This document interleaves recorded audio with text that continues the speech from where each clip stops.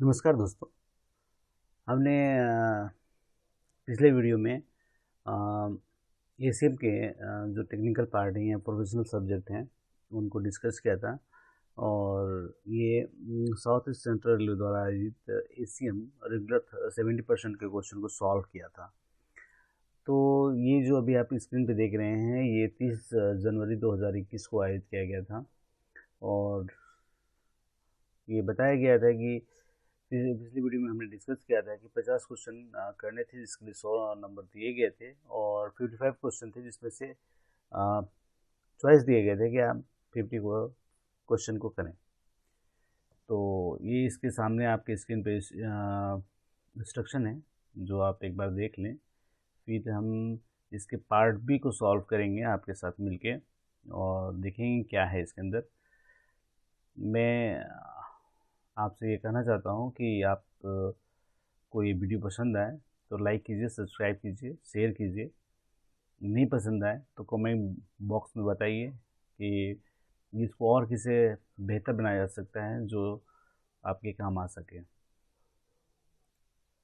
तो चलिए हम शुरू करते हैं पार्ट बी को और सॉल्व करके देखते हैं कि ये क्वेश्चन फाइनेंशियल और एस्टेब्लिशमेंट रिलेटेड जो क्वेश्चन है वो कैसे हैं। ठीक है, तो चलिए शुरू करते हैं क्वेश्चन नंबर 36 से और 55 तक जाएंगे। देखेंगे कैसे क्वेश्चन है, मॉडरेट हैं, इजी हैं, हार्ड है, कैसे हैं। चलिए शुरू करते हैं। क्वेश्चन नंबर 36 है, बड़ी शास्त्री की प्रक्रिया पूरी करने का निर्धारित समय कितना है। तो जो ये है इसमें ऐसा है कि माइनर के लिए 31 डेज है और मेजर के लिए जो है वो 150 डेज है। तो इस हिसाब से जो इसका आंसर निकल के आता है वो होता है C. Okay, 150 days the right answer. अब सेकेंड क्वेश्चन है कि डिम निलंबन के लिए किस मानक फॉर्म का उपयोग किया जाता है। विच standard form is used for dim suspension. तो आपको पता ही है कि डिम सस्पेंशन के लिए SF2 का इस्तेमाल किया जाता है, यानी कि आंसर होगा बी। यहाँ पे जो दिए गए फॉर्म है उनके बारे में हम एक बार देख लेते हैं। SF1 जो है ऑर्डर ऑफ सस्पेंशन है, SF2 है order of dim suspension, SF3 है certificate to be furnished by suspended railway employ, ठीक है, और SF5 है वो चार्जशीट फॉर मेजर पेनल्टी है। इन बिटवीन SF4 भी है जो यहाँ पे नहीं है, रिवोकेशन ऑफ सस्पेंशन है। तो ये है और ये फॉर्म अक्सर पूछ जाते हैं तो इनको याद कर लेना उचित रहेगा। क्वेश्चन नंबर 38 है, सेवानिवृत्ति पेंशन के लिए न्यूनतम कार्य सेवा अवधि क्या है, यानी कि क्वालिफाइंग सर्विस कितनी होनी चाहिए ये सेवानिवृत्ति पेंशन के लिए। तो जो यहाँ पे है क्योंकि न्यूनतम पूछा है तो यहाँ पे ए हो जाएगा 10 साल। ठीक है, क्वेश्चन नंबर 39 है, रेलवे सेवा आचरण नियम के किस नियम के अंतर्गत अस्थायी जायदाद का विवरण आवश्यक है, यानी कि इमूवेबल प्रॉपर्टी का जो डिक्लेरेशन है वो किस में है। तो ये हो जाएगा C80 फॉर्म नंबर मतलब रूल नंबर 18, यानी कि आंसर सी होगा। क्वेश्चन नंबर 40 है, अगर कोई कर्मचारी पदोन्नति के लिए मना करता है तो अगले कितने साल तक पदोन्नति नहीं दी जाएगी। तो 1 साल के लिए उनको डीबार किया जाता है, ठीक है, उनको 1 साल के लिए अलग कर दिया जाता है, डिबेट किया जाता है। तो इसका आंसर ये हो जाएगा।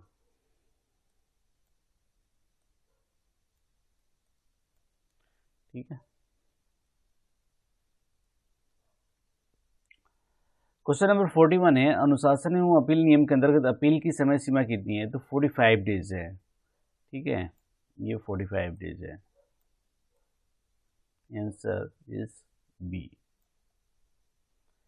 क्वेश्चन नंबर 42 है, how many maximum dependent can be include in privilege pass. तो ये सुपरहिट क्वेश्चन है, ये कई दफ़ा मतलब हर बार रिपीट होती रहती है। तो इसका आंसर होगा B2।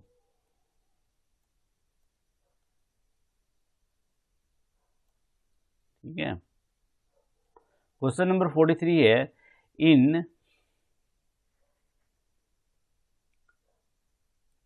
क्वेश्चन नंबर 43 है, अनुकंपा के आधार पर ग्रुप डी में भर्ती के लिए ऊपरी आयु सीमा में छूट कौन प्रदान कर सकता है?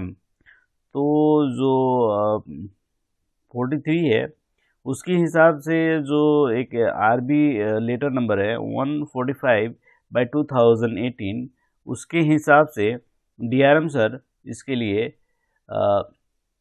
कॉम्पिटेंट हैं, अथॉरिटी हैं। ठीक है, तो इसका आंसर बी हो जाएगा।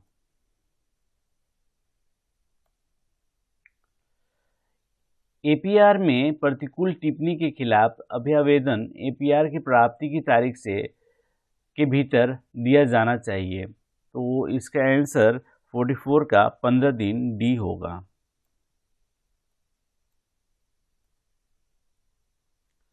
ठीक है।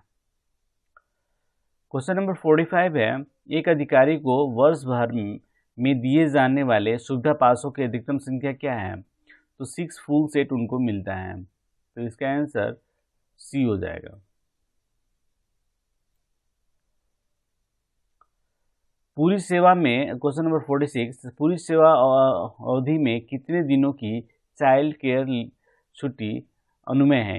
यानी कि चाइल्ड केयर सीसीएल जो है कितनी मतलब इंटायर सर्विस है, तो टेन्यूर में तो 730 डेज है। ठीक है, इसका आंसर सी होगा। पेंशन का अधिकतम हिस्सा जिनको कम्यूट किया जा सकता है वो है 40%, यानी कि डी।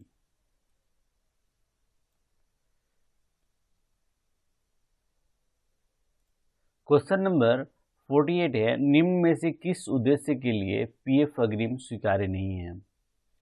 तो ऑप्शन है बेटी की शादी, दूसरा है कार की खरीद, तीसरा है घर की खरीद या मकान की खरीद, और चौथा है कैंसर के उपचार के लिए। तो जो बेस्ट ऑप्शन है उसके हिसाब से ये बी परचेज ऑफ कार सही रहेगा, क्योंकि बाकी सब में अवेलेबल है। ये हो सकता है कि ये कन्फ्यूज़न करने के लिए भी हो, तो RB 10/2017 जो है उसके हिसाब से भी इसको परचेज ऑफ कार को जो एडवांस मिलते हैं उनको हटा दिया गया था। तो मेरे हिसाब से अगर यहाँ पे मानना हो तो केवल मैं परचेज ऑफ कार को ही देखूंगा। क्वेश्चन नंबर 49 है, DF स्टैंड फॉर, मतलब DF का क्या अर्थ है? तो जो यहाँ पे जो आंसर होगा वो होगा डेवलपमेंट फंड, यानी कि बी।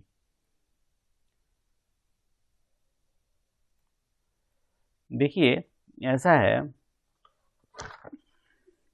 कि कुछ चीज़ों को पता होना चाहिए, जैसे DF है तो डेवलपमेंट फंड है, और DRF होता है तो डिप्रिशिएशन रिजर्व फंड होता है। ठीक है, और अगर PF है तो पेंशन फंड होता है, CF है तो कैपिटल फंड, और SF मीन्स सेफ्टी फंड। तो इनको माइंड में रखना उचित रहेगा। मैं आपकी सुविधा के लिए इसे दोबारा पढ़ देता हूँ। DRF is depression reserve fund, DF is development fund, PF is pension fund, CF is capital fund, और SF इज़ सेफ्टी फंड। तो ये सही रहेगा। प्लेटफॉर्म विस्तार का कार्य किस प्लान हेड के अंतर्गत आता है? तो ये actually passenger amenities and other railway users amenities के अंतर्गत आता है, और इसका सही आंसर सी होगा, PS 53। ठीक है, तो ये सही रहेगा। अब यहाँ क्वेश्चन नंबर 51 से जो 55 तक जाएंगे ये राजभाषा से रिलेटेड है। तो चलिए राजभाषा को देखते हैं। तो भारतीय संविधान की दृष्टि से हिंदी भारत की कौन सी भाषा है? तो जाहिर सी बात है राजभाषा ही इसका सही आंसर होगा, ये सी होगा। गृह मंत्रालय राजभाषा विभाग द्वारा आयोजित की जाने वाली प्रवीण परीक्षा का स्तर क्या है? तो प्रवीण परीक्षा का जो स्तर है ये माध्यमिक स्तर का होता है, यानी 8वीं क्लास का स्तर का होता है। ठीक है। और जो प्रबोध होता है वो प्राइमरी यानी कि 5वीं कक्षा का या दूसरी कक्षा जो भी बोले उसके होते हैं। और जो प्राग्ञ होता है, जो लास्ट एग्जामिनेशन होता है, वो जो है स्कूली हाई स्कूल लेवल के यानी कि 10वीं लेवल के कक्षा का होता है। ठीक है, तो ये इसका ये है। क्वेश्चन नंबर 53, प्रेमचंद पुरस्कार योजना भारतीय रेल के द्वारा किस विधा के लिए शुरू की गई है? तो ये कहानी के लिए दी जाती है। प्रेमचंद जी के जो है वो कहानी के लिए दी जाती है और इसका सही आंसर बी होगा। ठीक है, और यहाँ पे ए हो जाएगा 8वीं। ठीक है, राजभाषा नियमों के अनुसार महाराष्ट्र राज्य किस क्षेत्र में शामिल किया जाता है? तो ये ख क्षेत्र के अंतर्गत आता है। महाराष्ट्र गुजरात जो ख क्षेत्र के अंतर्गत आते हैं, तो इसका आंसर ए हो जाएगा। ठीक है, क्वेश्चन नंबर 55 है, भारतीय संविधान के किस अनुच्छेद के तहत 1955 में राजभाषा आयोग का गठन की व्यवस्था की गई? तो यहाँ पे जो आर्टिकल्स दिए गए हैं उनको हम एक बार देख लेते हैं कि किस में क्या है। तो आर्टिकल जो है ऑप्शन के हिसाब से देखें तो आर्टिकल 344 ये सही है। और 344 में कहा गया है कि राजभाषा के संबंध में आयोग और संसद की जो समितियां हैं वो आर्टिकल 344 के अनुसार ही बनेंगी। जैसे आर्टिकल 343 में कहा गया है कि संघ की राजभाषा क्या होगी, यानी कि देवनागरी लिपि और वो सब है राजभाषा, तो उसके बारे में बताएंगे हम। आर्टिकल जो 346 है उसमें एक राज्य या दूसरे राज्य के बीच या किसी राज्य और संघ के बीच पत्राचार जो राजभाषा में की जाती है उसके बारे में है। हाँ, तो यहाँ पे आर्टिकल 350 भी है। तो उसमें कहा गया है कि language to be used in representation for redress of grievances every Indian. तो 350 में वो है लैंग्वेज के बारे में कि भाई वो रिप्रेजेंट कर सकता है। तो चलिए, हमने ये बहुत जल्दी और शॉर्ट में हमने इस क्वेश्चनों को सॉल्व किया। Thank you so much for watching, last तक बने रहने के लिए धन्यवाद।